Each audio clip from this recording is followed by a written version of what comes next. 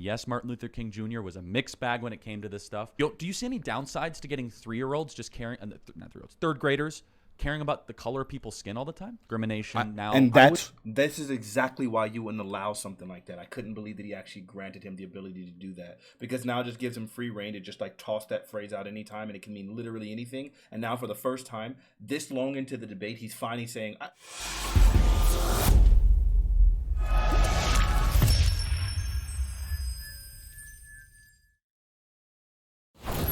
right, what's up, people?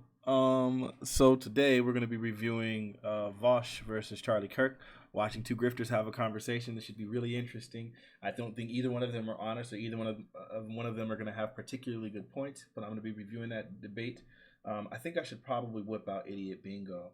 I'll be reviewing this debate with Prime Legendary and Disco Vandal. I think this should be good content.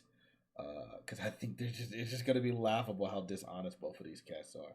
So, we're gonna do that now. Okay. All right. 1 second. All right. Okay. After all that editing, now we're finally here. Okay. So we're gonna start this video. Yeah, I think this should be pretty interesting. Let's go ahead and hit the play. Prominent individuals in politics. We've got Charlie Kirk, who I'm sure most of you know. Do you want to just briefly introduce yourself? Charlie Kirk, honored to be here. We're gonna have some fun. Do you describe yourself politically in any way? Like, I guess you could say I'm on the right. Conservative? Yeah, more than that. And conservative and love the country. Right on. Then of course we have Vaush. Join it. Howdy. Yeah. I'm Vaush. I'm a YouTuber. And I guess I call myself a libertarian socialist. I like some parts of the country. I'm a big fan of some parts of it.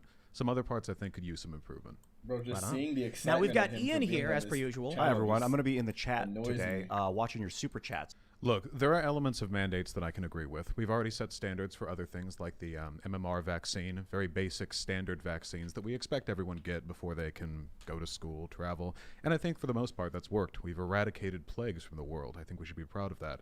With regards to COVID, since this is an ongoing pandemic, we need to focus on approaches that are effective and that don't ostracize or exacerbate tensions. With regard to the Australian situation, it's not something I'm extensively familiar with, but generally speaking, I don't think that cracking down on protests is going to be an effective way to incentivize people to get vaccinated. What's happening in New York might be, but my main issue with it is that I'm not entirely sure how they expect people to still have their vaccination card. I know that there's been some confusion from the beginning as to whether or not you should keep that. I know people have thrown theirs away. They made it too big for wallets. It just felt a little bit haphazardly planned from the forego, so that's unfortunate. Maybe they can find other ways to incentivize it, like for example in schools where they have a direct access to government records where they wouldn't have to use those little cards, you know? That might be a little bit better. I guess we'll have to see. Well, I'm not saying you believe this, but some people on the left, I never want to hear about the discussion of voter ID ever again. Because now you can force people to identify their medical history to try to get into a restaurant in New York City. Yeah, look, I'm not getting the vaccine, so I'm part of the 100 million people that are unvaccinated. And it's an experimental vaccine. The FDA and CDC has said that in January. It's questionably effective. Lindsey Graham just came down with COVID. You had a ship in the United Kingdom, 100% vaccinated ship that came down with COVID. It's more like a treatment than a vaccine. I'll leave that conversation to Dr. Brett Weinstein and the people that really understand how that works. But yeah, this is medical apartheid. This is trying to create a two-tiered system where if you don't make the proper medical decisions, you're not able to go to Broadway shows or go into restaurants, even when the efficacy of this vaccine is questionable at best. We see that in Israel, an 85% vaccinated country that's about to lock down again. Earlier, Charlie Kirk mentioned that 85% of Israel was vaccinated. Only 60% of the nation has received at least one dose, but 85% of adults are vaccinated. And most of the new cases are from vaccinated patients, not unvaccinated patients in Israel. So, sorry, you want to interject, Tim? But yeah. Obviously against mandates, and I think people should be able to make their own medical decisions. I think it's pretty obvious. Well, I disagree. I think we actually have a story we wrote on timcast.com that our view of the lockdowns is that it's alarmism because a new study from the Public Health of England found the Pfizer vaccine is 96% effective after 2 doses at staving off the Delta variant, and AstraZeneca was 92%. A more careful read of the article actually shows that the Pfizer vaccine staves off 96% of hospitalizations, not just cases. I could probably agree it's alarmism, but it's enough of an alarm for the public health leaders to undermine the argument that the vaccine is a solution to what would possibly satisfy the public. So, I mean, I was against the lockdowns in the first place. Let me be very clear when there was 1,000 deaths a day, not 334. But sorry, go ahead. well, a couple of points on this. First of all, it's experimental in the sense that there was an expedited process for its release, but there have been full and extensive studies taken on the safety and effectiveness of these vaccines. The reason why the FDA study hasn't been finished, the reason why it hasn't been fully vetted, isn't because they're looking for long-term health effects. It's because they're determining the extent to which it protects you over a long period of time. Ergo, the fact of the matter is, by all available data, this is undeniably much safer to get the vaccine. I mean, by orders of magnitude. Let me ask you a question. Well, wait, a couple things, because you said a few things there. There are some instances where areas have more people being infected if they're already vaccinated. But if you take a look at, like, this is like But datum. I'm happy to talk about racial justice education and wokeism, which I think This is what the discourse is centered on. Well, I think you guys Wait, what the hell is actually wokeism? agree in essence that the academic critical race theory there's overlap. with the So component was he schools, like but- trying to say wokeism, like referring to, I guess, black people? Something? Is that like code? Like, what the hell is he talking about with wokeism? Wokeism is just probably a reference more so to I guess like woke culture, like the idea of people quote unquote being woke. So, all the people who are starting to question all different racist facets and calling those things out. Like, I guess that would be technically wokeism. Like, so you have all these people that I was talking about earlier, like who like fetishize like a bunch of black issues, and like part of that is what people would call being woke, where it's like they now see the system for what it is and how injurious it's been to African Americans, and so then at that point now they're woke people, and so that's technically what wokeism typically is, like, kind of. Was I wrong for like interpreting it in the context of how he was using it as like I don't want to say a slur, but like him taking a shot at like, oh, this Being like wokeism. derogatory? Yeah, Yeah, it's like mainly the used as like meaning whatever it. I don't like. I think Backlash in the Yeah. chat was right. Yeah. Yeah. Yeah. Like he was kind of like demeaning it, like, people acknowledging, exposing, and calling, out white supremacy and racism, but like calling it wokeism, Yes. as if to say, Like a pejorative, okay, right? Yes. yeah, Yeah. Yep. like a low key, like a pejorative, but in a, I guess, democratic kind of way, like a little covert kind of way. I mean, Yeah, it's a slur. What it really does boil down to is what's his name, as Backlash pointed out, it really boils down to just like anything that they don't like. Like you'll notice in the same sense that people hate cancel culture, and everyone says, "Oh, I hate cancel culture." Well, I don't know about everyone, but a lot of people will say that they hate cancel culture. But then when it comes to people that they don't like doing things that they don't like being canceled, then all of a sudden they'll cancel them. right, and their disdain for cancel culture goes away. I'm not a big fan of cancel culture as a whole, but if you were to ask me, when like you show me videos of like some of these racist Karens like doing some of the most atrocious nonsense, and it's like, yo, do you think that this person needs to get like bodied for it? And it's like every time, yes.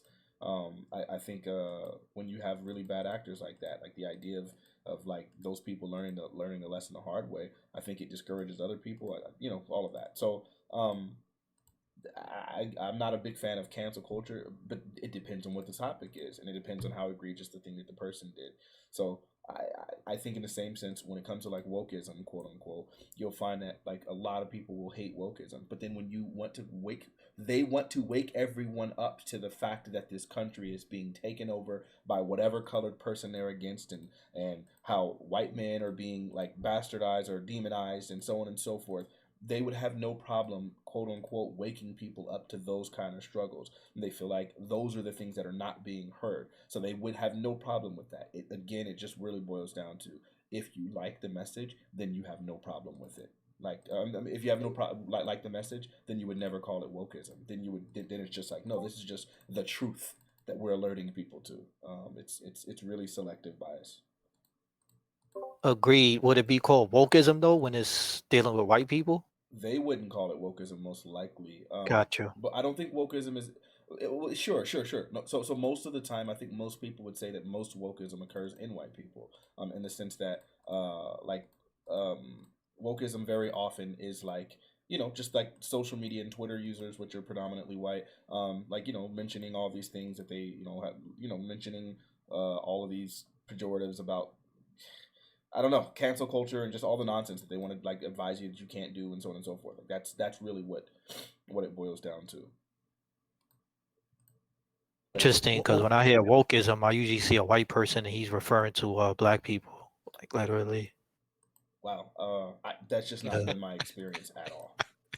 That's my personal experience. I hear it. Yeah. Okay. What we often hear is someone will say critical race theory is being taught to my kids, and then someone will say cite one author of critical race theory that we've brought up in school. And the issue is we refer to it as I believe it's called critical race praxis. Mm-hmm. So this is something different than critical race theory. It's being implemented in education, but that's why you said wokeism. And you said, I just think that discussion is so unhelpful when Joy Reid and Christopher Rufo are screaming at each other, and Joy Reid is saying like it's not being taught anywhere. Christopher Rufo, so yes, it is. When in reality they're both right. They're just talking about two completely different things. Yeah, you know what I'm saying? No, I do. And Christopher Rufo has admitted this is like a kind of tactic. Critical race theory does sound spooky. I get a little shiver when I say it. Whereas stuff like anti-racist theory or structural racism maybe compel a little bit more thought when discussed on. It's kind of a moral panic that, in principle, I really disagree with. But if you want to talk, I mean, we can call it wokeism if you want. That's probably a more accurate term. Would you grant that? I will just say, to the point about Christopher Rufo, white supremacist is also used as a catch-all term in the other direction. If we're talking, I mean, in academia, the term white supremacist is virtually never used. It's sort of a common parlance. What I will say, though, about to give credit to Christopher Rufo is that this is all kind of downstream from the conversation that Marcuse and Delgado started. Yeah, well, it really is. Well, let's talk about it then. But just one thing, though, since we're operating under the blanket wokeism, which is really broad term, let's talk about like specific ideas, because I'm sure there are some of them that I can provide a good defense for, and some of them I might how about like disagree with. Black-only dormitories? Generally not a fan. I think that I don't think they're like explicitly harmful in the same way that traditional segregation is, but I also think that it incentivizes bad types of socialization, where the way that you get a reprieve from the faults of society is to find comfort in people of your own race. Maybe that incentivizes some bad stuff. In my university, we had safe spaces, but you know what they were? They were like chilled, like coffee break rooms behind like Where'd you go? Latin. I went to Humboldt State. Okay. And right behind there, and like anyone could go in there, whatever. Just the only thing that they asked was that you not be like a dick. But as long as you met that qualification, that was fine. That to me, that's a good safe space. Maybe that works, So just happy to go through more. Go for it, please. Yeah, no, hit me. I think this is actually really helpful. So how about reparations for slavery? I think I'm pretty in favor of that, yeah. Okay, it's make the argument. It's just an owed debt. We said 40 acres and a mule. We never paid it. And unfortunately, the material reality for a lot of people who were slaves didn't change that much after they were emancipated. I mean, if you were a slave and you're made free, that's a big step up, don't get me wrong, but you have nothing. I mean, nothing. And because of the way generational wealth transfers from father to son or mother to either to anyone to their children, caught me there. Unfortunately, we still see the consequences of that borne out. You can actually look county by county. Where were slaves kept? Which were the plantation counties? And you see, this group of black like neighborhoods, that's where they settled after slavery ended. It's like really immediate stuff, and it's a debt owed that this nation never paid. I don't necessarily agree on reparations, but I think we need to clarify what that ultimately means. But I will say I've long held the same position. I actually worked on a documentary. There's an issue of people who were enslaved, then they were released, and they were not given any means to actually develop and grow. And so there's a generational wealth gap between people based on race for these historical reasons. The challenge I see, I suppose, is we've done a lot to amend the laws and change them. For instance, redlining and blockbusting have become illegal, and now we're dealing with an ultimately, I believe, is a class issue. Of course, racism still exists. But anyway, I digress on that point. What I wanted to get to is specifically Fanatiq. on reparations. Pause. What do I think it's I'm expecting them to get to the point of I don't have a really problem with it. I just have a problem with how we're going to implement it, and it seems like that's always the conversation that they have, which is a conversation I'm unwilling to entertain. I feel like most of the time when people are doing that, it's like more of like it's an avoidance tactic, like you're kicking the can down the road. Like the whole goal in that situation is, rather than talk about the merits of whether or not we should be doing this, let's talk about how hard it would be. When really how hard it would be really doesn't matter when you're really just talking about whether something should be done or not. If we want to get into the conversation of how hard it should be matter of fact, it almost seems fruitless to have a conversation about how difficult something should be when you haven't even decided that you want to do it or not. You really would only want to go down that road once you've actually decided on it. Then you start figuring out, okay, what's realistic and what's implementable. But I don't think that most of the time like these people are actually interested in like talking about the merits, and I don't think Vaush is going to do a good job at all right now and like trying to force them to even talk about the merits of like the argument right now on like whether or not it's old, why it's old, and so on and so forth. And reparations is a much bigger conversation than just slavery. But again, when all you know is surface level knowledge on these sort of topics, it's really easy to just stop right there because there's no actual stake in it for him. He just really wants to like basically give the basic talking point so he can sound good to his audience. Do you view reparations as Agreed. I just see a whole lot of problems with this discussion. It's like really pissing me off, but I'm listening. Yeah. more importantly? So this is a big divide. Some people think like cash payments. I'm not a big fan of that. It doesn't fix the problem, for one.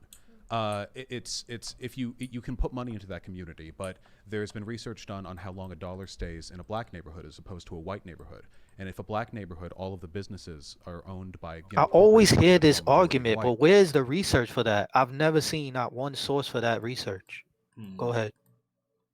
Eventually the money filters out and you get a very temporary boost in living situation, not much long-term structural change. I'm a big fan of structural reparations, not based on race, but rather based on targeting neighborhoods that need it the most. Some of these neighborhoods are like white, and I passed through some of them on my way out from Ronald Reagan Airport. I can tell which parts of this country, you can see it in the bones of the neighborhood.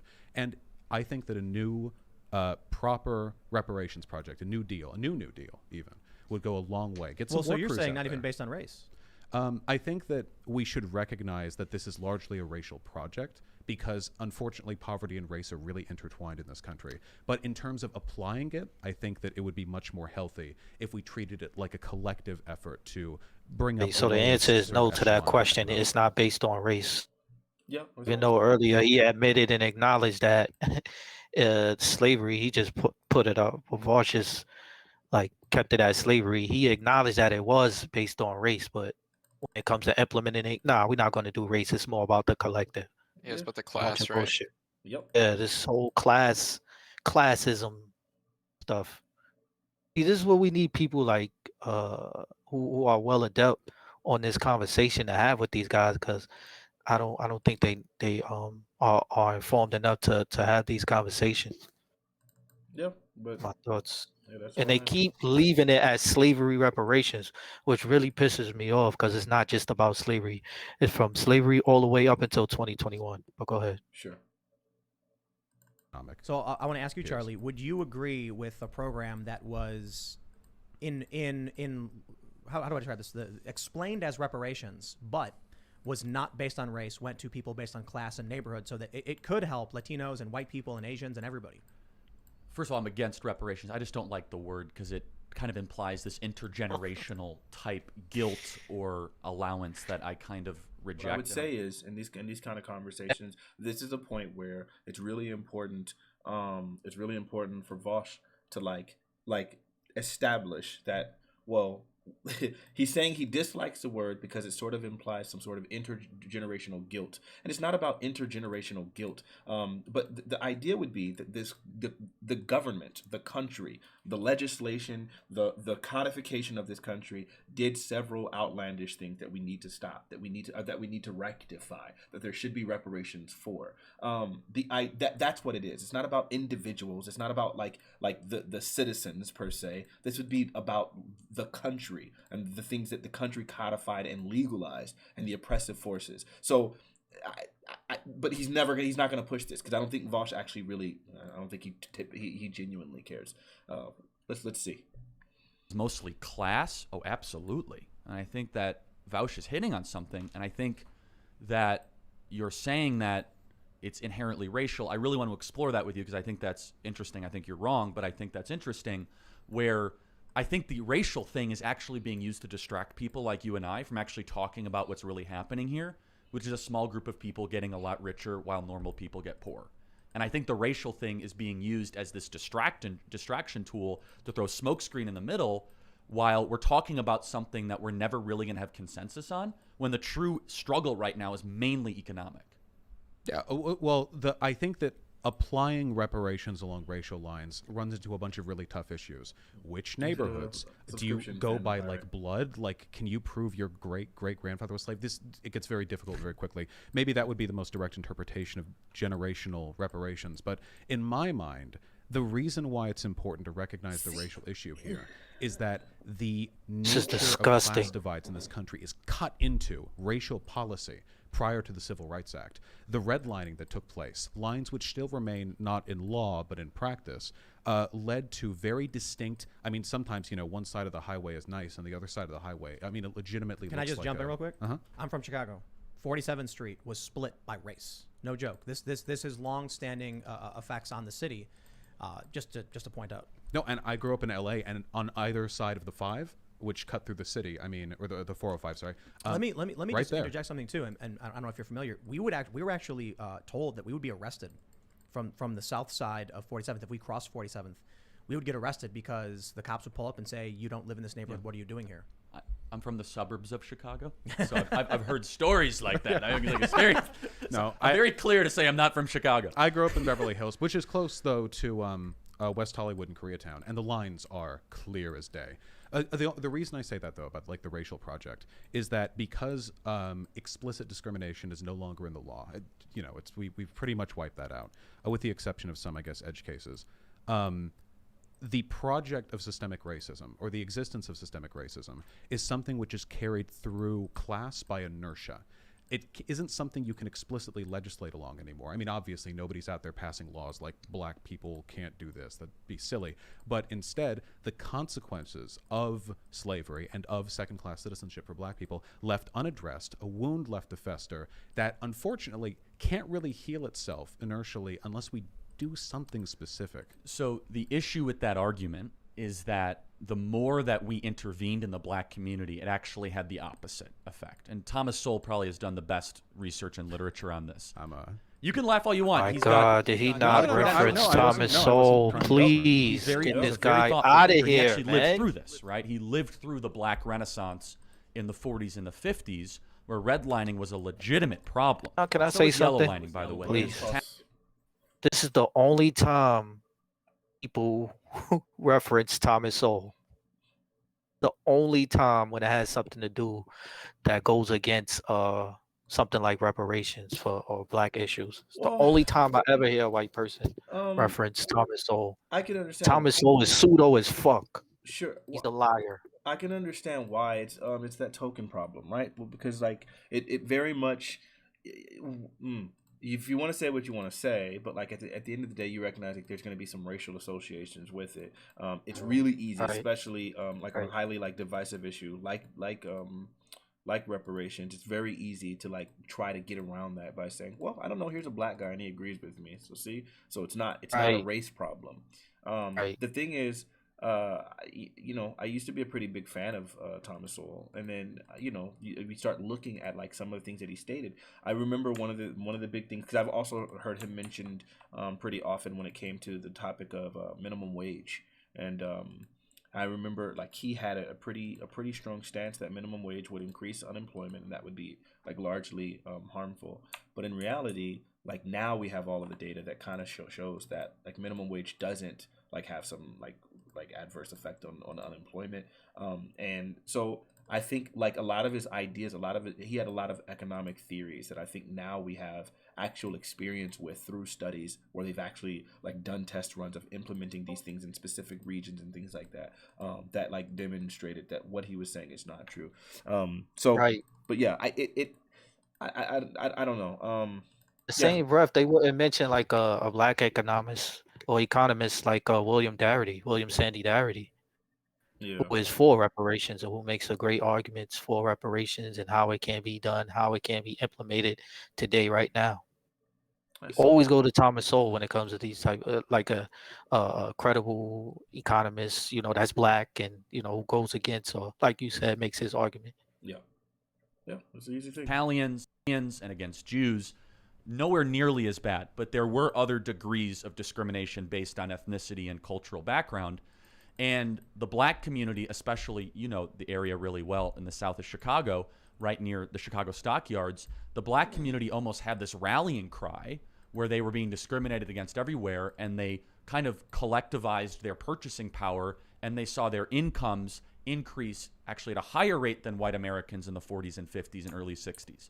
You've heard this argument many times, and you probably, you know, disagree with it, but it's just true, is that the moment that we all of a sudden de-emphasized fathers being in the home and subsidized fatherlessness, we saw all these other trends increase.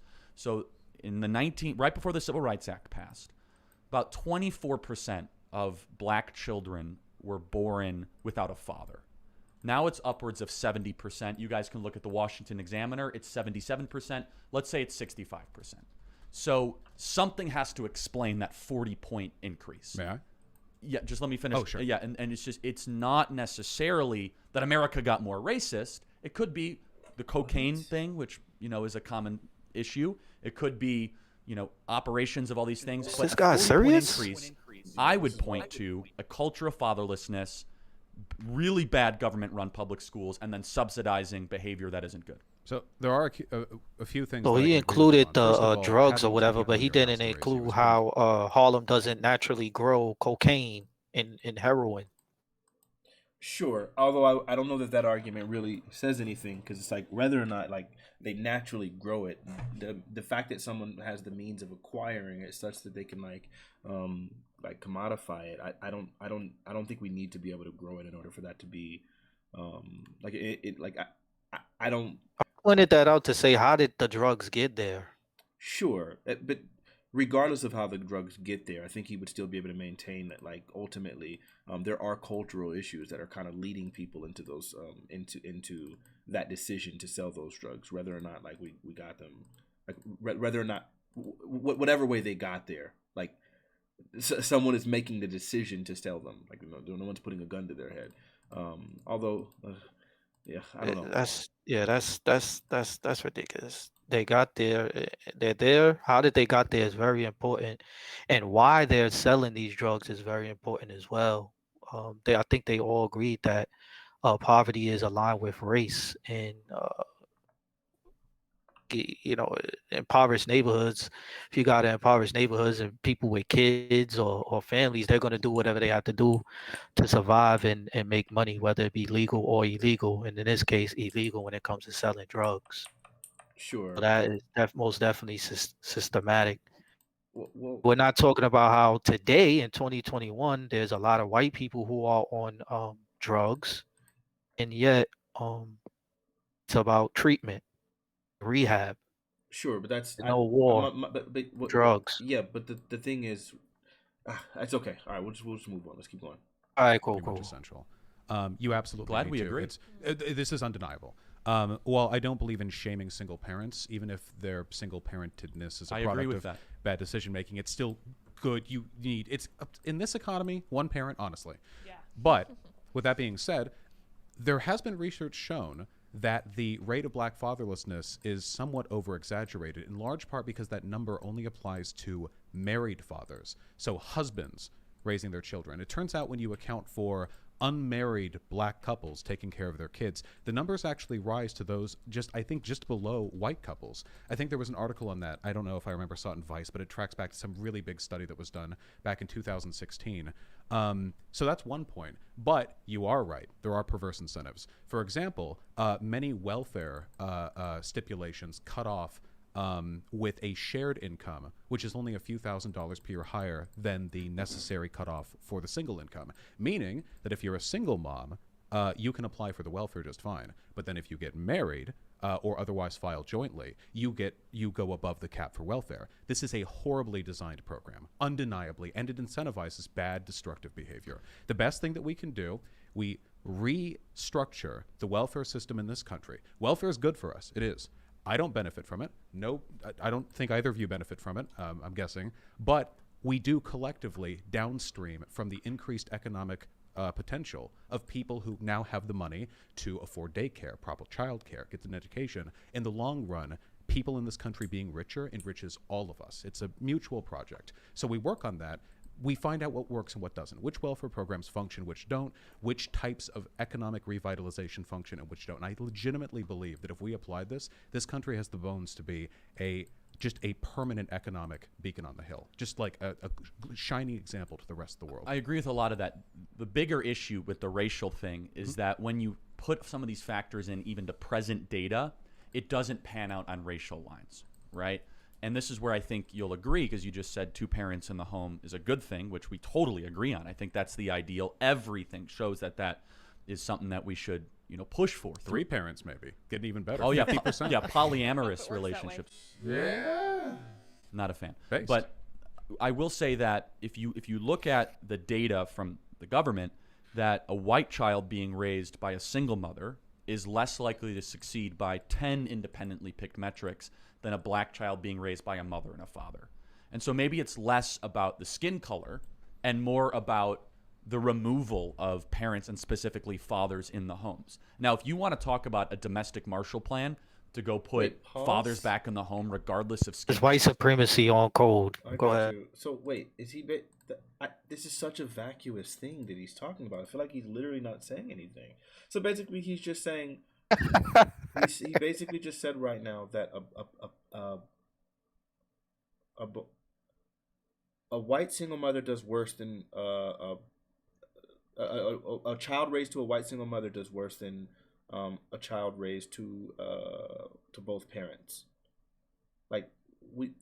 Saying that race doesn't play a factor, it's more about the father being in the household. So if a black woman and a black man is together and they raise their child, they do better because that single white woman doesn't have a father. He's basically saying like race is not a factor, which is why he keeps going the racial line and saying no. Oh my God! And Vaush isn't going to hold it. Like, it's not going to push back on this and show him okay. But we also have the studies that show like when both parents are present, there's still this incredible gap between both parents. He's not going to do it. People don't know how to debate. Go ahead. Right. Where the median household for white family, skin color, I will sign up for that in a second. With the right welfare, the right systems, I think people will tend to their own families. But that would then all of a sudden de-emphasize what you said earlier, where it says it needs to be on racial lines. Where I say no, it needs to be on nuclear family lines. Well, no, I think that the neighborhood revitalization should just be on like a sort of class assessment. I think that when we recognize this problem, though, there are so many trends when it comes to poverty that involve the discussion of race. And there are some which do not. There are some types of poverty, some effects that are just ubiquitous and equally felt.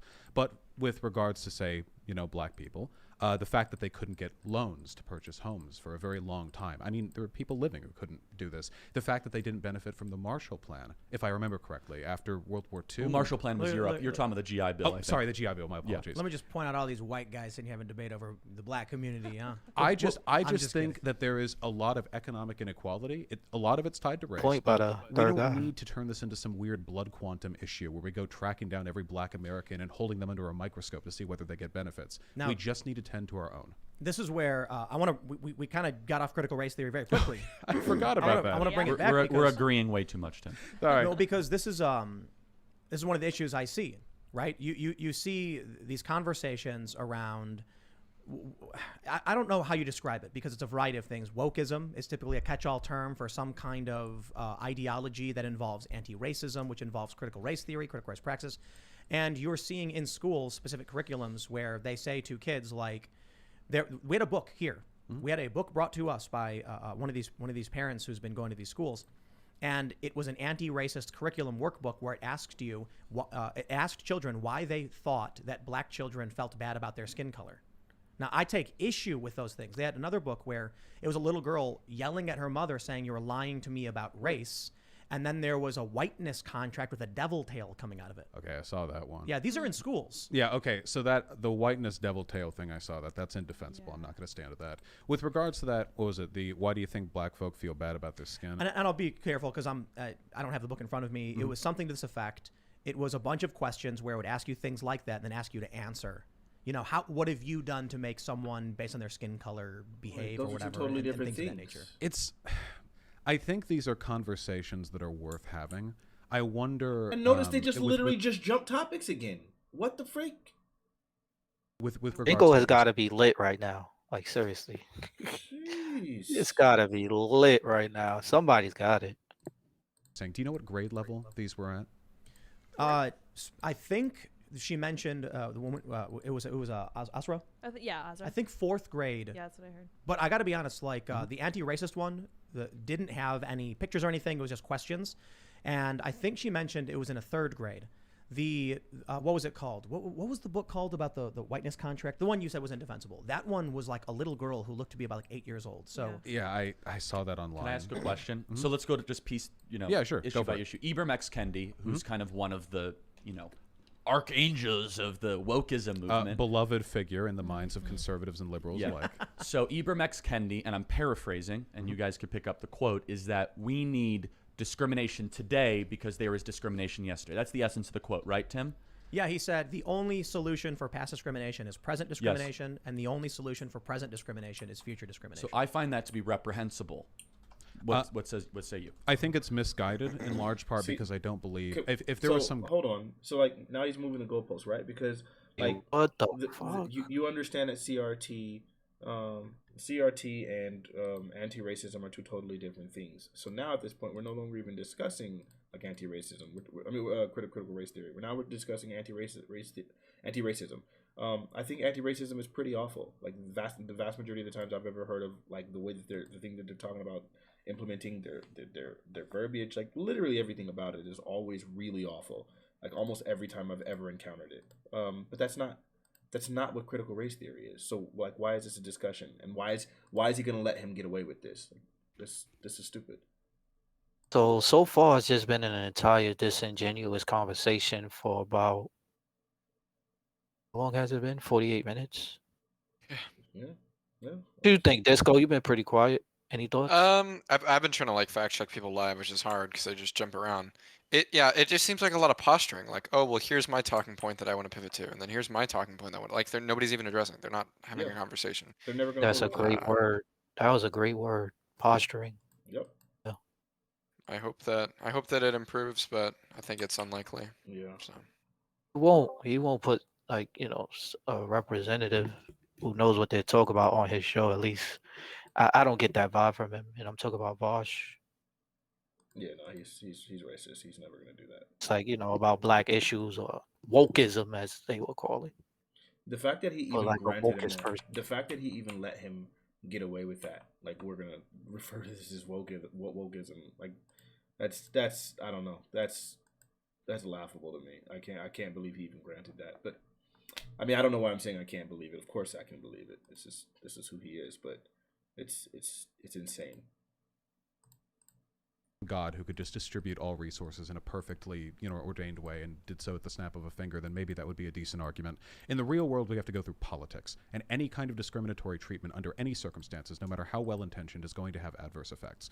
So with regard to what he said, there is a very charitable interpretation, and that charitable interpretation is discriminatory practices in the past necessitate favorable practices today, a way of bringing people up. My reparations argument, I mean, the poor in this country have always had it bad. At least worse than they could otherwise. That is essentially a version of that argument. Preferable treatment towards the poor. We do this with welfare because there are systemic barriers keeping them from full participation. Along racial lines, I don't even know what that would look like. I don't even know how that would look good. I'm not a big fan of affirmative He wrote an action. amendment, right, called the Anti-Racist Amendment to the Constitution. It's not being considered anytime soon. Where it would be preference. So you'll see Biden will get it. Yeah. Based on skin color, that there would be some sort of accommodation based just by the melanin content in your skin. There is one thing I want to say, though, and this is common in upper academia, and I know Ibram sometimes gets brought into non-academic discussions, which I don't consider myself an academic, so I'm including myself in that. But sometimes I think these are fun to discuss, these ideas. What I noticed, at least in some of the classes that I took, the higher-end classes, was that sometimes when you were presented ideas, they were presented not to have you agree with them, but rather to incentivize the greatest discussion. For example, I wasn't an economist, but I did learn about Karl Marx. Now, not many professors are actual Marxists, unfortunately. So when Marx was brought up in that context, it wasn't like, here's what you need to know, here's what you should believe. It was more, here are some ideas, radical and agreeable, What do you think about them? And when I look at what Kendi has written, I don't often agree with some of the more radical propositions, but I do enjoy the process. And I don't think that's something which should warrant the state intervening to cut out those discussions. I think that's a great brutish response. That's a great segue, if I could go. So the next question then is, should we be teaching first and second and third graders to be hyper-conscious aware of race all the time? I think that's destructive. I think it goes against the American promise of e pluribus unum, caring more about character than skin color. And can I ask you a question? Sure. How many states had abolished slavery by the time the Constitution was ratified? Well, I don't know the exact number. 9 out of 13. That's not a slave country. Well, then you could say it was a confederacy with portions that were slave states. I think that's better said. 9 out of 13 had already abolished. There was a sunset moratorium for slavery. See, this starting. Can you pause it? It's starting at a time period where America wasn't the Republic of America, which it sounds like they're starting during the 13 colonies, as opposed to 1776. Sure. Wait, wait, no, because I think the Constitution was ratified in 1776. So if that's the case, if what he said 13 states though. Yeah. During that time, it was the United States of America. Wait, in 1776, how many states do you think we had? I don't want to say 50. I know recently we added some, but So and real quick, I'm pretty sure the Constitution became the first official framework of the government. It says it was ratified June 21st, 1788. Okay, yeah, 1788 then. Okay. So 89, something like that. Was there? So 1789. Asking how many states was it then? Sure. Because to my understanding, he's talking about 13 colonies. That's what I'm getting 13 from. Sure. To like 1619 till 1789. Yeah, the Articles of Confederation came into force on March 1st, 1781, after being ratified by all 13 states. So we still had 13 states by 1781. So okay. So he is referring to 1789. I guess that's when the Constitution was ratified, apparently. Okay. No, it had to have been before then. Here we are. What states were there in 1789?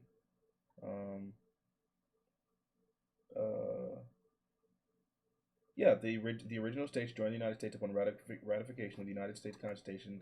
Dates of ratification are marked with asterisk. All other dates are admissions to the Union. So it seems like, close this. So in 1789, it was only 13 states. That's what it right? sounds like. Yeah. He said only 9 of them. 9 of them they had no slavery. Sure. Okay, so I have to look that up because that sounds ridiculous. What? I don't think. Okay. Yeah, sure. Oh, go ahead. I'm listening. We can keep going. Yeah. Constitution. So could Vermont abolish slavery in 1777? We were on the way to eradication. We were not a slave country. Well, hold on. I mean, and I'll add one thing. we were on the way, but then like 80 years later, it was still happening. So the question is why? My bad. Why, right? That's a really important question. And economics, I imagine. Yeah, so Cotton Gin and John C. Calhoun. Happy to go through that. But yeah. There was actually a grievance in the Declaration of Independence, specifically that the Crown had enslaved people. The first draft. Yeah, in the first draft from Thomas Jefferson, the Crown had enslaved people who had done nothing to offend the Crown, brought them to the states, and then were then offering them the freedom that was stolen from them to wage war against the colonists who had grievances. It's an effective strategy. The Union did it too. They promised the slaves when they moved southward. Yeah.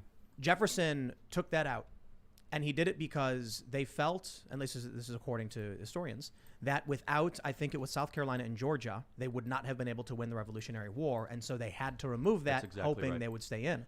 Now, the reality is, I'll just say one more point. They thought they were going to lose anyway. They really did. They didn't think they could go up against the greatest empire in the world at the time.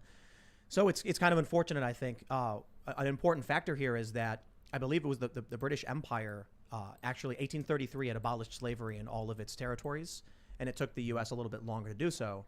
But I want to make sure I stress this issue for the start of the country was contentious and ultimately led to violence because from the beginning, as Charlie pointed out, most of the states had already abolished this, so it was like people were ready to fight from the beginning. I just want to say Pause. my Pause. He seems really disingenuous. So he's basically trying to talk about the fact that, like, it's one thing to talk about the fact, like, oh, hey, I'm against slavery. It's another thing to talk about, hey, this country used slaves and, like, brought people over, brought enslaved people over, and then used their enslavement as, like, a means to, like, fight against us. Like, that's a whole different conversation. Like, that's not necessarily about the conversation about whether or not you're just for abolishing slavery. That just sounds like you're against, like, the British Empire manipulating slaves in order to have, like, to wage war against the colonies, right? Like, that like, what does that mean? Like, that it's contentious. It's more of a contention against the British Empire manipulating those slaves, because these same individuals drafting these things owned slaves themselves and had no problem with the institution. Like, I don't know why he's saying that. Like, this is stupid. Understanding of the of America isn't as simplistic as the founding fathers were evil because X or Y. I recognize, of course, that, and I appreciate that. There are incredible complexities to those issues, and also I'm not a historian. There are probably tons of things out there I don't even know that might change my opinion in the future. But a holistic view of something, understand that there were stumbles and there were missteps, while also being pretty freaking proud of that something. How exceptional this project is. What if there are current problems, like today, you know? We should talk about those. Like we already talked about fatherlessness, government overreach. Tim, you want to interject? Oh, no, I think it's interesting to me. You're from the suburbs of Chicago. You grew up in Beverly Hills. Mm-hmm. Somebody commented, I think it was on Twitter, they said that when they went to school, they weren't taught about Black Wall Street or the Tulsa bombings and things like that. And that's proof, or that shows that our schools are not teaching. And I was like, I was taught all those things. You know, in Chicago. We were taught about the Trail of Tears. We were taught about westward expansion. We were taught about the violation of treaties. He was not talking about. I was taught a lot as well. Yeah, we were taught a lot. Yeah, do y'all believe that? Because I guess that's possible, but I don't believe it. Obviously, when we're just looking at the facts of history, I mean, what is it, data and sheets? Yeah, that's what Native Americans, right? Yeah. So I don't know. Like, I don't know, man. I think at this point it's kind of hard to believe, like, this other guy, like he looks familiar. This Charlie Kirk, Yeah, looks kind of familiar. I think he was on a panel with us before, but I don't know. Been on a panel with me. Okay, this looks familiar and sounds familiar, but yeah, I don't know. This conversation is disingenuous, and I'm reading Google, which I think in this case is probably not the best source, because it's like a lot of double talking here. It's like all of northern states had abolished it or had plans to reduce it. Like, it's like I'm kind of confused by that. So and this was by 1804. Like, I'm trying to get something definitive. It's like a blanket statement that basically gives like yes and no answer. It's not, you know. Yeah, It makes sense, which I'm probably not doing. But yeah. People have said nobody teaches that. You teach the story, and the story we've told for a long time has bowled over a lot of problems I think we should work to fix. Do we want people to be thankful?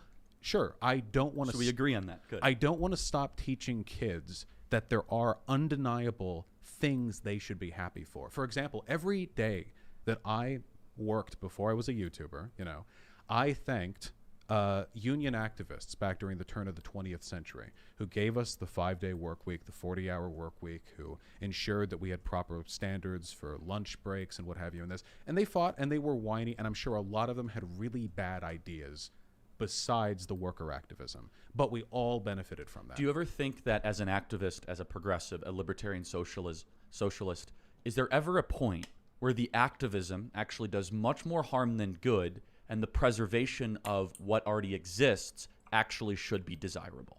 I would say that's the case with black separatists. There are some people in this country, not all of them are black, of course, but who believe that the racial problems between white and black Americans are irreparable, and that the best solution would be for black Americans to leave, or at the very least to form separate enclaves within this country. And that's nothing new, just so you know. I don't think no, it's very old. I think that's. I don't think that's what Charlie asked. He asked you if there. Do you want to rephrase? Yeah. So. Sorry if I misunderstood. Well, you were in the general area, but I guess the question is a heavy emphasis on activism for activism's sake, mobilizing for grievances. What if actually what we have as a constitutional order is actually pretty awesome? Let me ask, do you think there are things systems in place in the United States that are worth defending? That's a better way to word it. Yes. Do you believe that there are systems in place in the United States that we should defend and preserve? Yeah, for sure. I mean, there are ideas. For example, the concept of democracy, the concept of fair representation, the idea that anybody could have a chance if they make it here. These are ideas that I think are almost sacrosanct. I mean, I think they're I think this almost, is them existential. getting away from the race discussion. Yep. It's like all about democracy and But they've the good things that America has done, and should we be thankful for that? Like, it's not really into the point, and I guess but they haven't stuck. understandable, but it's disingenuous because I thought this was about critical race theory. Well, I mean, they haven't stuck to any topic thus far, because it hasn't only been because in fact they opened up about an entirely different topic, but it's just right now they're talking about it, but they've just been jumping around the place because I don't think either one of them are actually debating. They're really just posturing.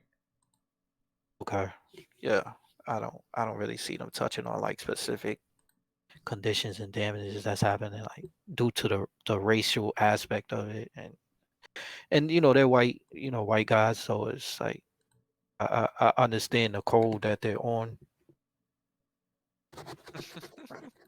It is what it is. Now, to what extent does this country live up to those promises? In some ways, it does so better than most other countries, sometimes any other country. In other ways, it could do better. Income mobility here, which is the measure for how effectively this country manages its meritocratic systems, is higher in some European countries than it is here. The idea remains valuable to me, but I can't help but think maybe we could make it better. If making it better entails some highly destructive process that involves tearing down everything we've ever known and such, then, I mean, eventually you have to do a risk-reward benefit, right? So what I'm trying to caution you about is that the people pushing CRT or wokeism, they don't have the same sort of nuance that you do. These are revolutionaries that want to tear down the system. But I am as well. I just think that everything has its time. You just had kind of a little bit more of a moderated answer. But how often do actual critical race theorists come on like all of the talk show circuits that end up? I mean, we've had some. I mean, Joy Reid advocated for it, but the actual scholars. They're running Lockheed Martin, Northrop Grumman. They're running the United States military. They're running They're assigning these ideas again. Wokeism. Let's use that. With Robin DiAngelo and the federal white fragility. Right. I'm not a big fan of her, largely because I think her language incites a lot of negative discourse. I think that it's bad for publication. Maybe good in an academic setting. So not good to teach generals that. Like for some random people at like a business? Absolutely not. No. Generals in the military. Oh, yeah, sure. No. Because that's what's happening. Well, the big problem that I have, but keep in mind, that's not wokeists running these things. What happens is this, and put pretty simply, the majority of Americans broadly are progressive on these issues, support BLM, all these sort of broad cultural markers. So corporations and other large entities think we need to avoid a cancellation, we need to appeal to the business interests of this country, we need to do something to ingratiate ourselves to the majority opinion. So oftentimes, and they've done this for decades, by the way, is they find some consultants, they pay them $300,000. Like Robin DiAngelo. To come on over there, and Robin DiAngelo's job, first and foremost, is to convince everyone who hires her that she was worth that money. So is she going to come over there and write like a PowerPoint like, don't be racist, like, come on, be cool? No, she has to go all out. And what you get are these cringy, like the Coca-Cola PowerPoint, where you get, look, some of the things there are defensible. Does systemic racism exist? Sure. Should we be aware of the concept of like implicit bias? Yeah, fine. That's good. That's just normal human things, I think. But some of the language in there really made it seem like she wanted white people to feel a little bit bad. And I don't want white people to feel bad. I don't want anyone to feel guilty over who they are. What percentage of this country do you think supports Black Lives Matter? Well, I know that at its peak after George Floyd's murder, it was something like 71%. I think since then it's trended downwards. Is it gone below 50? Yes. And, well, it depends on where you go. I use Civics. They have 237,458 responses from April 1st, 2018 to August 2nd, 2021. I think they do a pretty good job, but there's always, I know, a challenge with polls and whether they, their system. The peak support was 53% after the death of George Floyd. And opposition actually declined fairly steadily. There was no major spike in opposition. There was a major spike in support after the death of George Floyd. However, there was a rapid escalation of opposition. According to Civics, current support for Black Lives Matter is 45% and opposition is 42%. Those numbers are really different from what I might have looked at Pew Research. I couldn't tell about the methodology, which is more valid. Well, and it's actually, CRT, the filler word, is very unpopular. So I would look at it differently. I think these corporations have been infiltrated by highly motivated activists, which you said the education system, the goal should be to create activists that have really bad ideas. And I think they're putting America on a trajectory that I think you are even concerned about. Because you said that there are some sacrosanct ideas, right? The sacrosanct ideas are general fair representation. Wokeism does not believe in that. Well, no, that's not true. I would say, I mean, I don't know what you mean by wokeism, but I think that there are plenty of progressives. Defined it, which is that the idea of judging people based on skin color.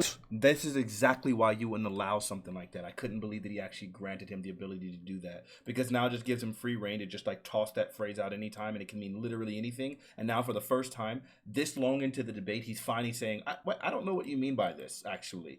If you didn't know what he meant by it, then why would you have allowed it for this time? Either you did know what he meant by it when you allowed it in the beginning, or you didn't know what he meant by it, which means that you just literally allowed him to slip a Trojan horse into the middle of the debate, which is just awful. I think all of these people don't actually know how to debate. They're terrible. I called it out from the very beginning. It was something stupid to do then, and now we're finally starting to see where he's recognizing, oh, wait a minute, you could just use this anytime you want to say anything you want, to defend anything you want. It's stupid. What an idiot. He doesn't know how to debate. Was this ever a debate though? It doesn't even seem like it was. I don't think he came. Debate. He didn't come with the intention of debating. Like I thought there was just talking. I never got a debate from this. It seemed like more of a discussion that they're having, really. Yeah, they're just posturing the entire time. Yeah. I would say that what I've advocated for represents the supermajority of progressive opinions, and what we're largely seeing is a couple of really bad examples being brought to the limelight because they're most objectionable. Sure. To be fair, though, I mean, you might have these very, very well thought out views of things. You could say, oh, that's indefensible. Of course, I don't want to be unreasonable. But when you get Mark Milley coming out and talking about white rage as a blanket, I thought his speech was lovely. It reminded me of those old Chinese philosopher generals. But you have people quitting the military over this stuff because they feel like I've actually spoken with people who retired because they've been discriminated against on racial lines they don't like. And one guy I met said he was planning a lifelong career in the military and immediately got out because they implemented these policies of white racial trainings. They were told that the symbols of America are no longer allowed to be displayed in private because they're extremists. In the military? In the military, okay, yes. Well, I can't speak to any of that. I haven't looked into the particulars of that. The only thing I want to say is that it feels like with Robin DiAngelo, we've seen this pattern for decades now. I don't think it has anything to do with infiltration. I think it's the big ups, the CEOs, the project managers, whatever. They know there's some broader political, social, cultural trend happening, and they think, who's someone we could get? And if you look up racial sensitivity training on Google or anywhere else, some names are going to pop up, and we know which one comes up first, and they just hire that person because they've got money and they need to spend it before the end of the quarter so their budget doesn't get cut. Do you think that it should be... How's the right way to phrase this? If a corporation were to tell, say, white employees that they had inherent characteristics based on their race, or that they should undergo some kind of course or class based on their race, should businesses be allowed to do that? You mean legally or morally? Both. I suppose legally if they want to. I can understand people being upset over it. I don't think there's anything wrong with racial sensitivity training in concept. The problem is that it's almost always done by this consultant class of upper middle class WASPs who are really, really intent on getting their own milquetoast veil of progressivism pushed down the throats of whoever they can have paid to listen to them. If it's a good course, everyone should be able to hear it. Wouldn't that violate the Civil Rights Act, though? It might. I guess that I would defer entirely to law. If it turns out to be unconstitutional, then he had it.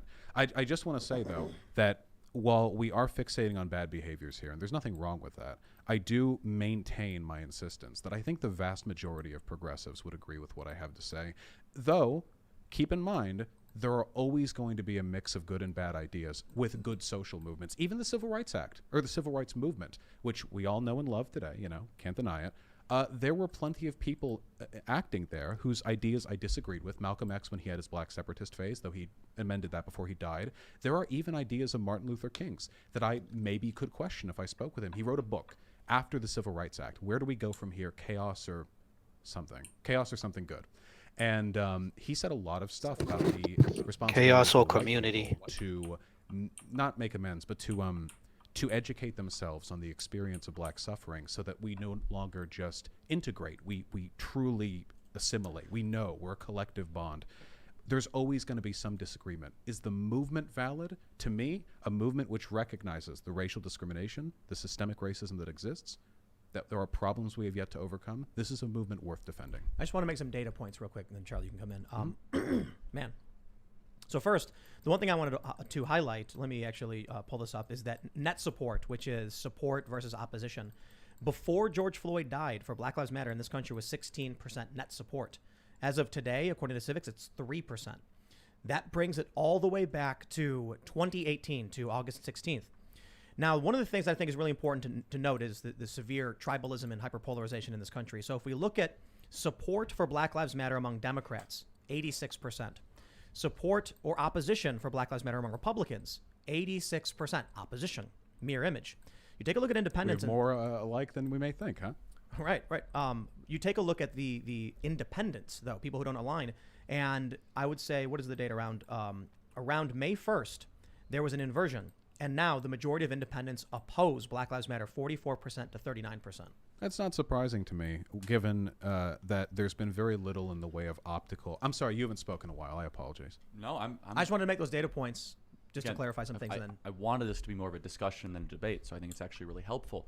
Are you concerned when certain judges or people running for DA say that accommodations on sentencing should be made on race? Does that bother you?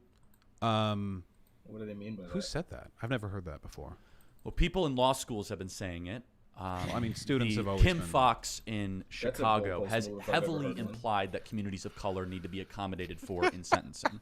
And they've all but done this by just getting rid of the bail laws that we've seen Fact check that. altogether, Well, right? I mean- Decriminalizing shoplifting, all that, please. Oh, I'm totally okay with that. We Okay. lock way too many people up, just flat out.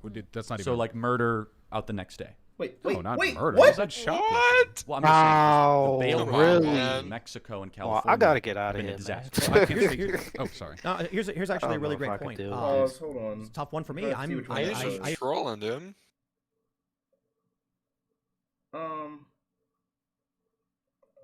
I don't know. I don't even have one in here for this.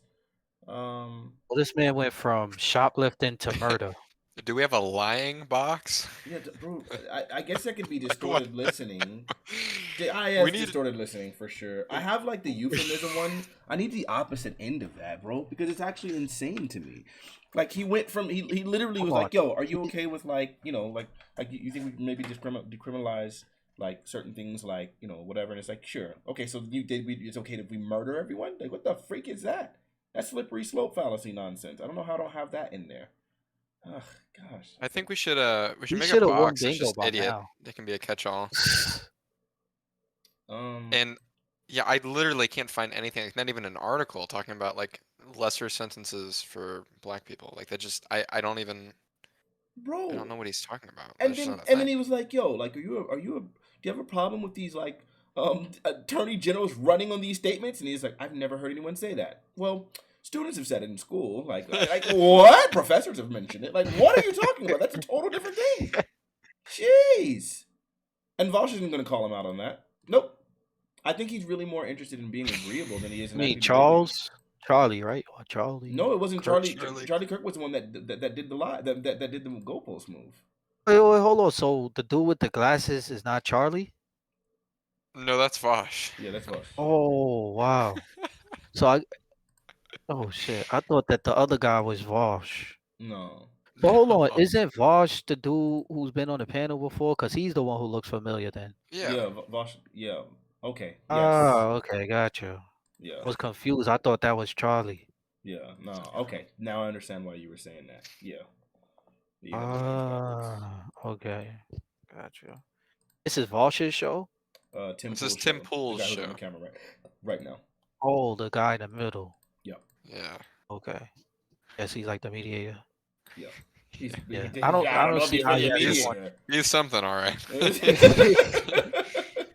Yeah, he's just there, right? I mean, it's a 2-on-1, bro. Like yeah, that's crazy. So I don't know. He got idiot bingo or whatever it's called like at the start of this whole critical race theory part. Like, I it's gotta mean, be like all spaces filled right now. no, because he hasn't actually done a lot of it. I do think there has been a guilt by association fallacy, but this is not a debate, so like it's really hard to get like idiot bingo because he's not actually holding him to any points where he has to start doing all of the things that people do in debates to get out of like being pinned on something.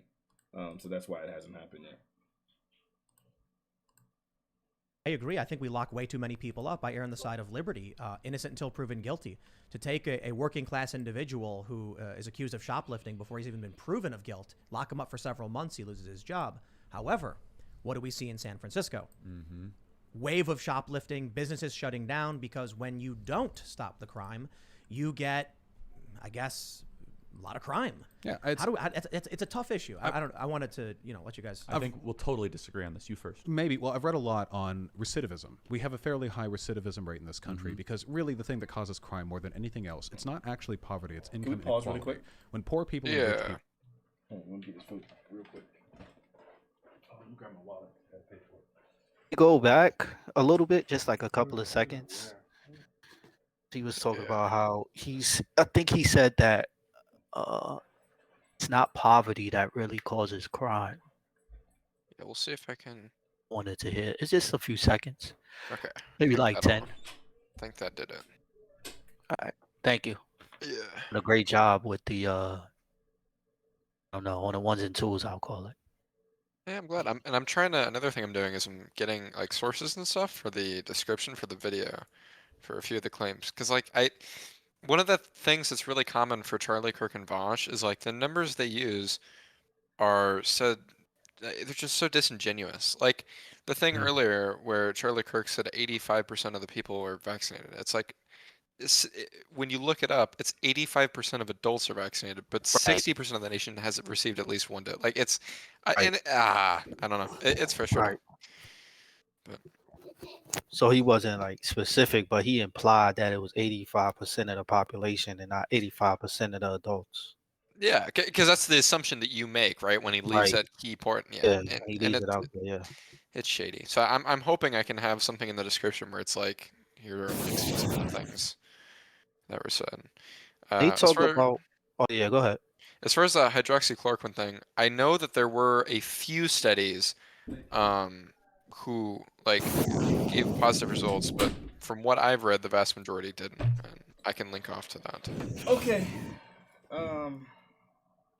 They talked about like the founding of the country or whatever. Like, what do you think that meant to you, Disco? Well, so something that and it's, gosh, I haven't listened to Charlie Kirk specifically, but I've listened to a lot of people like him and people from Turning Point USA. And the common talking point is that this country was founded on Judeo-Christian values. So you got to think like he has all these catchphrases that loop back to this. So like the nuclear family would be another thing that will normally be looped back to this. But he's always going to try and get back to this idea that our laws and everything are based off of Christianity, and that is what is underneath everything he is saying. Charlie Kirk's stance on abortion, he's definitely pro-life. Like would be 99% sure. I'm also pro-life.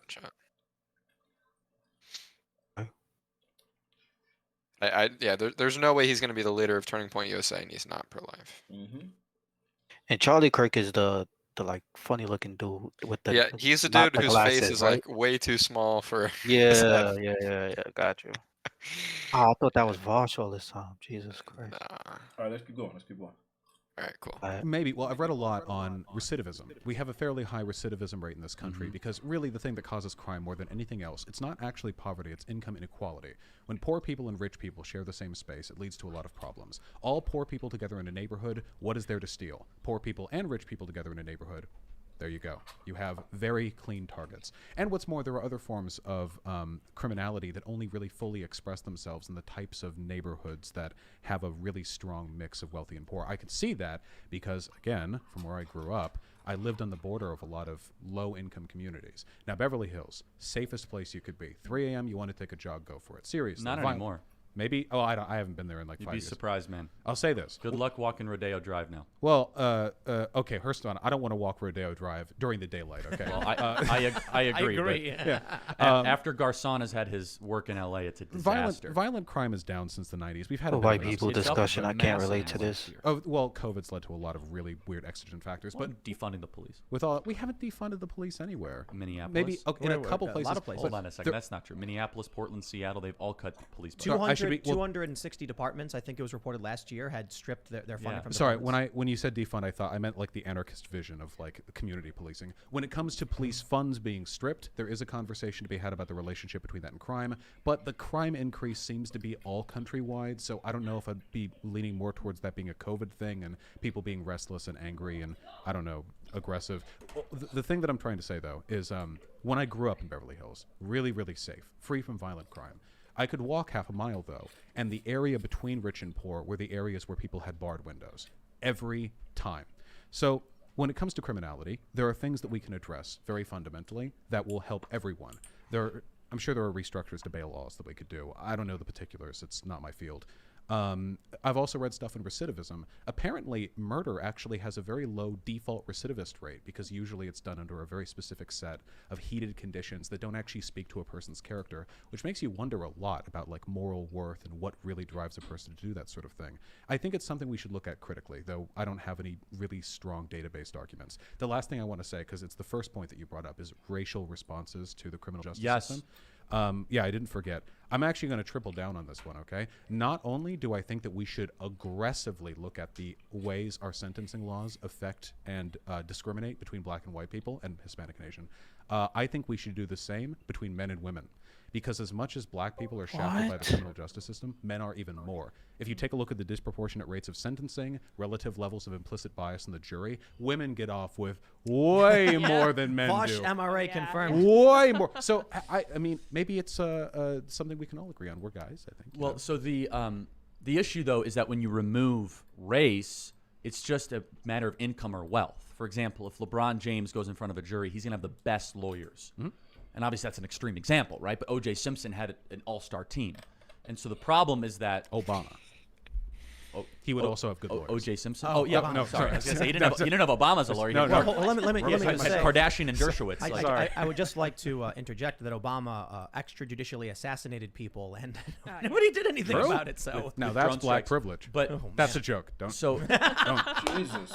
but I think that there's an implication in your argument that I want to challenge, which is that just because you're poor doesn't mean you commit crimes. I think that's an insult to poor people, right? And so I think that if you automatically assume that, now there are data trends to suggest that, but instead it should be the question of what are we trying to structurally do or through incentives to either punish the people that are committing crimes and lift people out of that current level. So I think it's a good talking point, but I don't think it's totally true to say we have too many people in prison. I think we have the wrong people in prison. Let me tell you why really quick. We have more than like. I actually have a question. No. Let me tell you. Since we're on this topic, what do y'all think about what he said? How he said, I think this was Vaush. He said that it's not poverty that causes crime; it's income inequality. What are your thoughts on that? Gave an example, like with poor people, you really don't have. I guess basically saying when you got poor people living with wealthy people, like they have more reason to crimes because they have, it's like the haves versus the have-nots. I don't know if that's true. I would need to look it up to find out. I would imagine in any impoverished community, you'll see high levels of crime, high levels of crime, even if there's not some like really grave like income inequality. Because typically, I think when you have like abject poverty, what you find is that people aren't really interested in conversations about like character building. Like, the freak am I going to be talking about character building when I'm literally struggling to eat? Like the sort of self-actualization that comes with it from the concept of like character building is just not there. And I can understand why it's not there. Like, if I'm literally struggling to eat, like, you're not going to get me to try to be my higher self. I can't even focus on any of that. I just want food. I don't know that to be true. I would imagine they would still steal from other poor people, because just because people are poor doesn't mean that they don't have any goods, and other poor people know this. Right. So like I think they would still steal the same way. Like I think it sounds good on paper if you don't actually use your brain, but I don't think that that's true at all. I think we would need to. He would need to show me any kind of data to suggest this, and I don't think there is any. Yep. I think I would. I think I'd agree with that. Tell you why. Yeah, I want to know, like, when are poor people living in the same neighborhood as wealthy people? That's what I wanted to know. Like, Oh, it happens you all the brought up time. that it. In Yeah. places like Los Angeles, they have like super gated communities, and literally, like they have like places that were projects. They tore down the projects, put a gate there. It's one little small little cul-de-sac, and now it's like extremely wealthy, opulent community. And then literally outside of the gate, it is surrounded by abject poverty. Like this happens all over the country. And if I'm not mistaken, I believe redlining has actually caused this in certain areas. Yeah. Yep. So how Average rate- close are they then? Because Literally right outside of a gate. Literally less than. Well, yeah, less, and sometimes less it can than be even half across the street. Literally. Like literally across the street.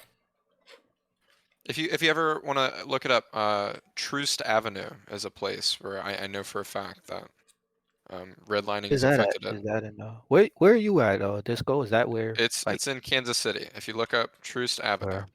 You're in Kansas? Yeah. Okay. Troost Yeah. Avenue. Yep. A matter of fact, I remember Beyonce's dad used to take her and her family, and they would drive them down into like really impoverished neighborhoods because they grew up kind of upper middle class, but he wanted them to understand like the life that they were living, and so that they had like a grounded reality of like what they had come from. And in doing so, I think one of them made a statement about how they would go into these like really really terrible neighborhoods, and he was pointing out to them like they still got TVs, they still got really big screen TVs. Some of them have extremely nice cars. Like you've seen it. You see some people will spend all of their money on really classy things. Sometimes it's just shoes. Sometimes it's whatever. Like people, it's not like people have no way of making money whatsoever.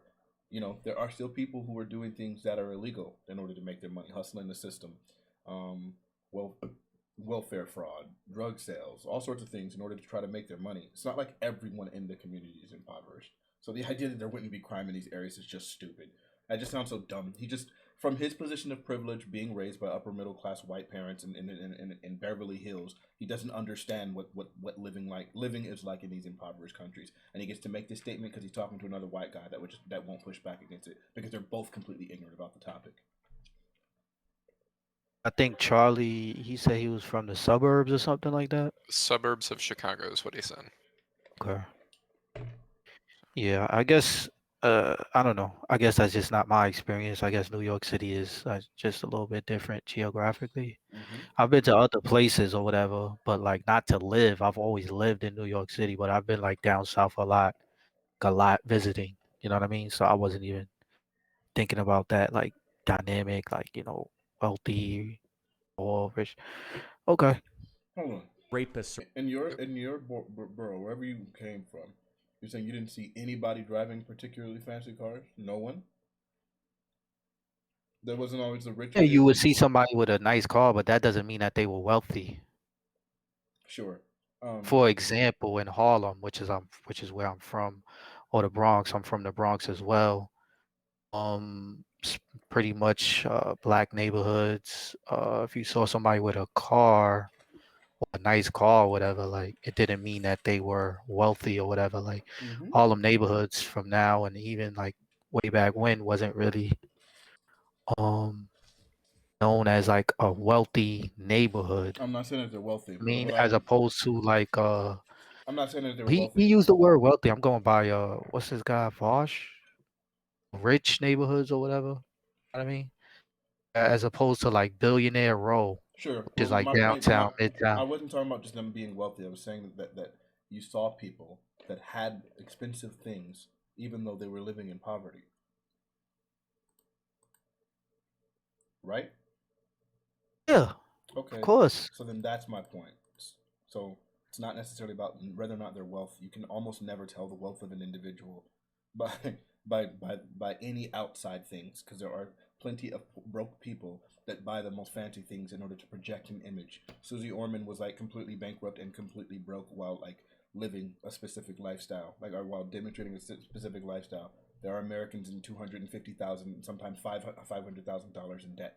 So you can't tell the wealth of an individual based on any of those outside things. But my point being that even though these people lived in poverty, they still have things of value that would like cause people to still want to rob. The idea that the crime isn't happening is just untrue. Right. Which, okay, I see what you're saying. It goes against his point about, income equality or poor people living amongst poor people, as if, oh, I'm not going to try to take from him. I'm going to go to a wealthy neighborhood. Is that what you're saying? Right. And that just doesn't happen more often than not. Okay. Right. I'll tell you this. If you was living in Harlem, it's very unlikely that you was wealthy. Of course. I mean, as opposed to like somewhere downtown or midtown Manhattan, where it's literally called, like there's a section called Billionaires Row. Those people living in that area are wealthy. Sure. Park Avenue, Fifth Avenue, like that's wealth. You know what I'm saying? That's an outside factor that like, you know what I mean? Like Trump Towers, all those hotels and stuff down there, like not the same as uptown in Harlem.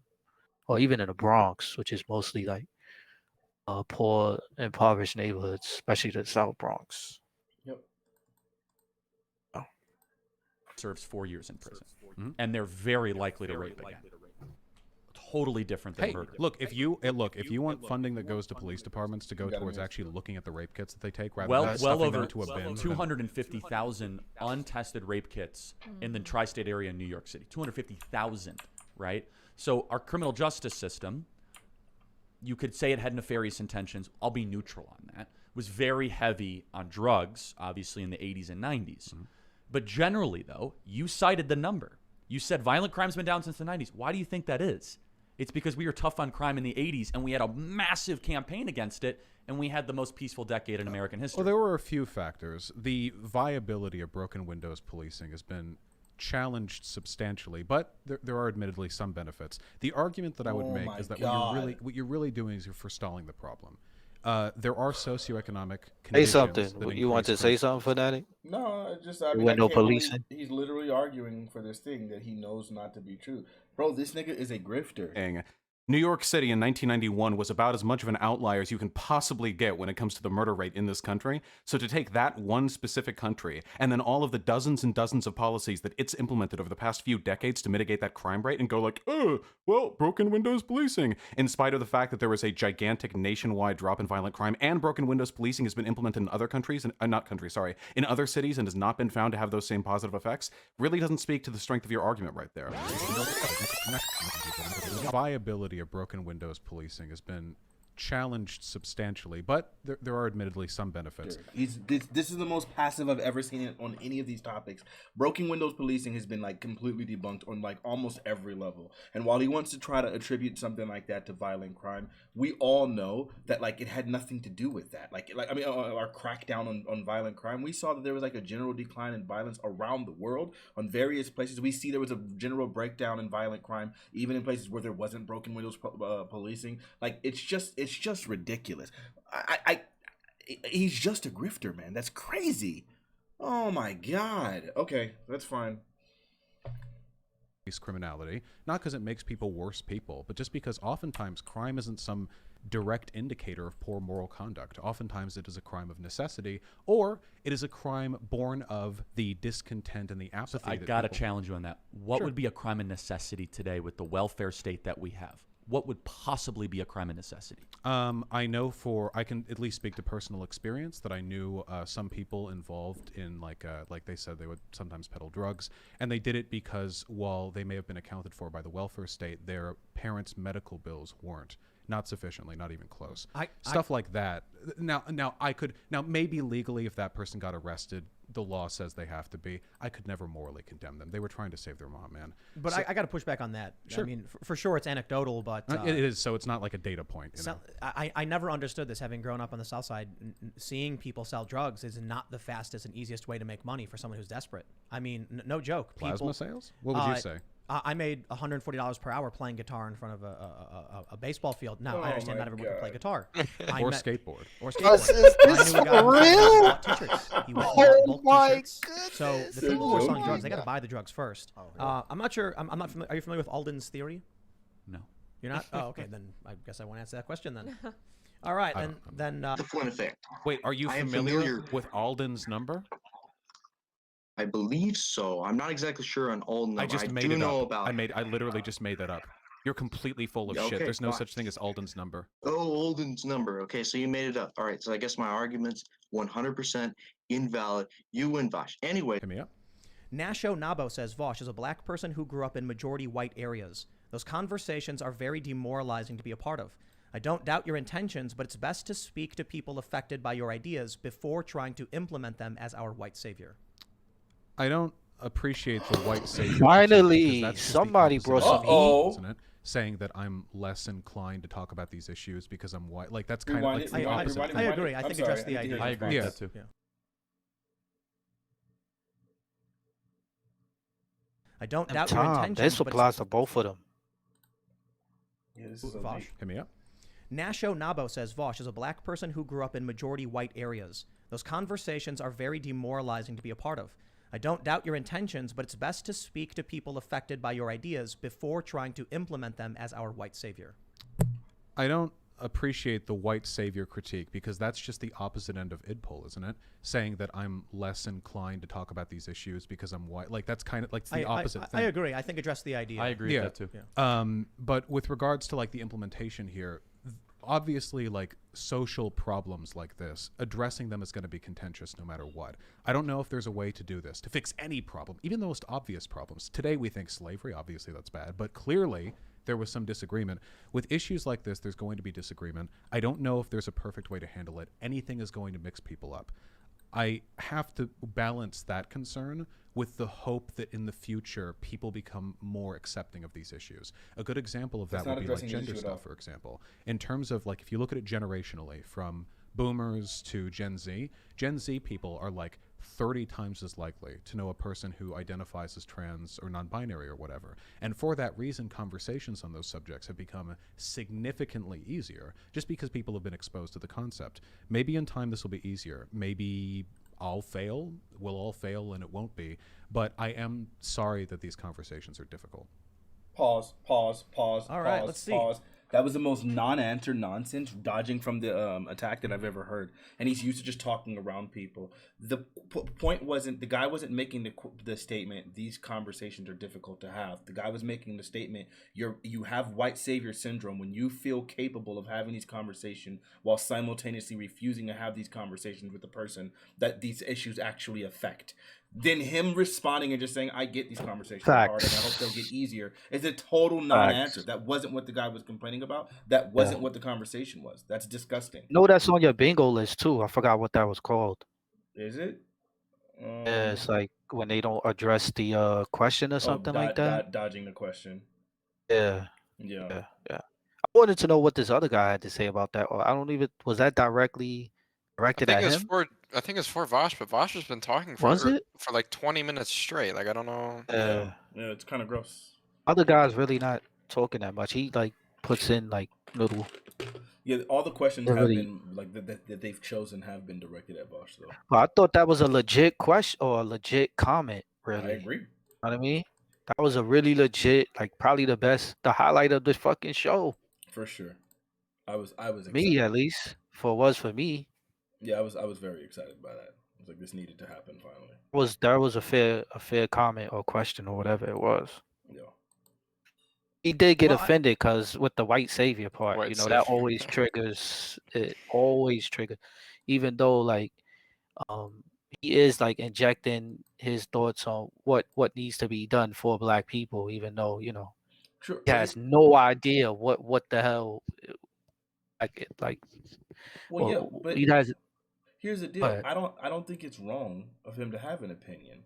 I think it's only wrong for him to have his opinions while like literally creating stone walls to prevent conversations with actually with other people regarding these topics. And that's what he's essentially done. It wouldn't be just a problem of, hey, I'm having these conversations Like everyone should have an opinions. I can have opinions. If I was well informed, I would have no problem having an opinion. I think it's fair for me to have opinions. I'm an opinionated man, so I would have an opinion on Native Americans. I would have opinions on other issues that like don't directly affect me or speak to my life story.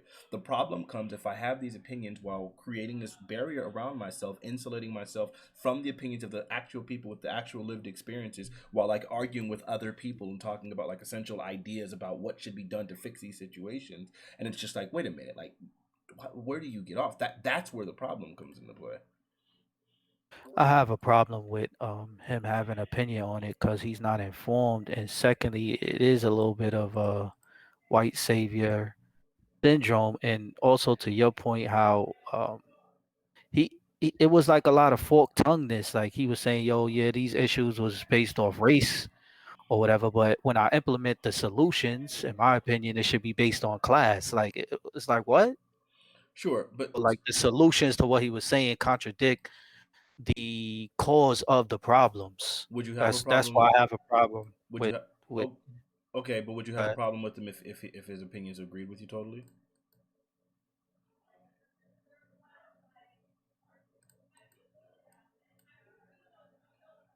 You're muted. if he yeah, sorry. I think it depends on what it is. If he agreed with me, I think, or any other person, it doesn't just have to be me. I think if he never knew me and he agreed with what I was saying, I would have to think that he probably has had these type of conversations amongst other black people, which is why he's saying things that would agree with me. I mean, I think with these type of issues, he needs to take a step back and just be a support character. He should be the kicker. People like you and me will be the quarterbacks, the CEOs, the linebackers, and stuff like that. He would just be the kicker. Sure. So then it's not a problem with him having an opinion. It's a problem with him voicing the opinion, especially because you believe that he's uninformed.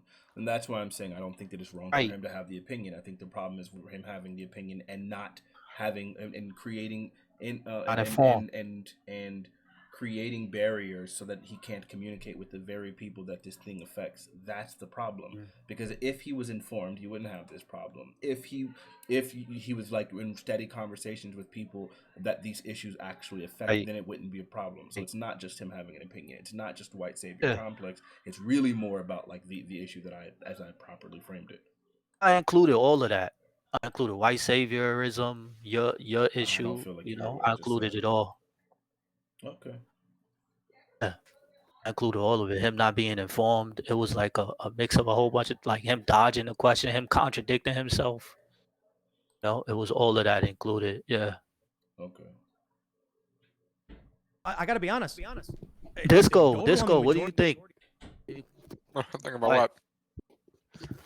I think it'd be. Um, I think Prime. You would be 10 times more rhetorically effective if you just leave out the white savior part and address the fact that he's wildly uninformed. If he's going to be talking about reparations and then starts talking about class, like there's the conversation can end there. Like there's really nothing else that needs to be said. Because reparations wouldn't be for a class of people, it would be for African American people, in this instance. But That's a fair point. That's a fair point. I could agree with you to a certain extent. I have to throw that in there to get gotta get shit percolating, because that's how I feel. I'm being honest, and I use that actually because what's the name? I think the guy he threw that in there. mhm. The guy who asked the question or yeah, made the yeah, yeah. comment, he threw that in Yep. there too. So I was like also agreeing with the black brother. Yeah, and I I thought think I that had a great comment. a part of the reason he probably threw it in there was for it to get enough attention to be on the show, right? So that the actual question can be addressed. But the problem is, people like Vaush will latch on to the whole white savior part and not address the fact that he's just wrong. Like it doesn't make sense to address reparations with class. And it's Okay. such an easy thing for people because we talked about how they pivot the entire debate. All they want to do is latch on to the one slip up, and then they can just ignore the entire point like he did. You gotta Okay. craft it Got you. super Got you. specifically. So, I see what you're saying. You basically saying it's a more effective way to get the message across by you taking out certain things like white savior. Yeah. yep. You don't want to give them any. You don't want to give them any chances to hop out and be like, oh well, you called me this, because that's what you don't want to they give would them do that. it every time. Yep. Fair point. That's fair. I would agree. I would agree with that. It does give them a little escape route. Majority of the super chats are just saying thank you for having a conversation. Those are the overwhelming majority ones. Disco, what are your thoughts? Ooh, that was crazy. I mean, I think it's hard to say that I'm disappointed because I'm not really. I mean, it doesn't surprise me, right? Yeah. I think it is cool that we got these two people together in the same place. But I don't know.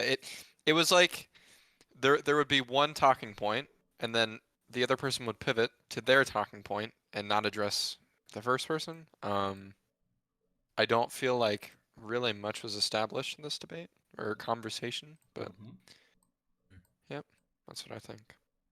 I'm inclined to agree. Your thoughts, Legendary? Agreed. I think I said what I had to say. Seemed like they was just all over the place like bird shit. It wasn't really a debate so much. I think they agree with a lot of things, and it just think a lot of the things or the topics they never really touched on them the way that I wanted them to address any of the. They didn't really address it, the topics and the subject matter. Man. Well, I mean, I guess I feel like these conversations were had. It was really hard for me to like actually focus on the conversation because it really didn't feel like an actual conversation. It felt like where can I get my talking points on and really speak more to my core audience. So under the guise of like us having a conversation, I'm just gonna constantly be saying things that I'm hoping my audience will hear, and that's like literally the conversation as a whole. And to me, that kind of conversation is just gross. It's not a conversation. That's that first and foremost. So I think, yeah. Oh man, any person should be able to see this. Any person should be able to see this. They're not. Again, they're really not talking like to each other. It's just rewatch this conversation and every time Vaush is speaking, just go into there with the realization, both of them go in there with the realization he's trying to this is an attempted monologue under the guise of a pretended conversation. So ostensibly it's a conversation, but in reality it's a monologue, and then you will see how ridiculous these things are. And it's not like that I went in there expecting him to do that per se, but I know that he has a tendency to do that, and the second it started happening it was like, oh, he's doing that thing again. I expected him to really be debating him while just being incredibly dishonest. I didn't expect him to just be posturing literally the entire conversation. Well, either way, I'll try to watch some more of these. Darko actually got bingo first that I saw. Congratulations to him for getting the bingo. I don't know why I always get so unlucky. I had 13 and did not get bingo. 4, 5, 6, 7, 8, 9, 10. Why can't I count 4, 6, 10, 14? Yeah, unfortunate. But either way, we'll win on another one. Peace out, bro.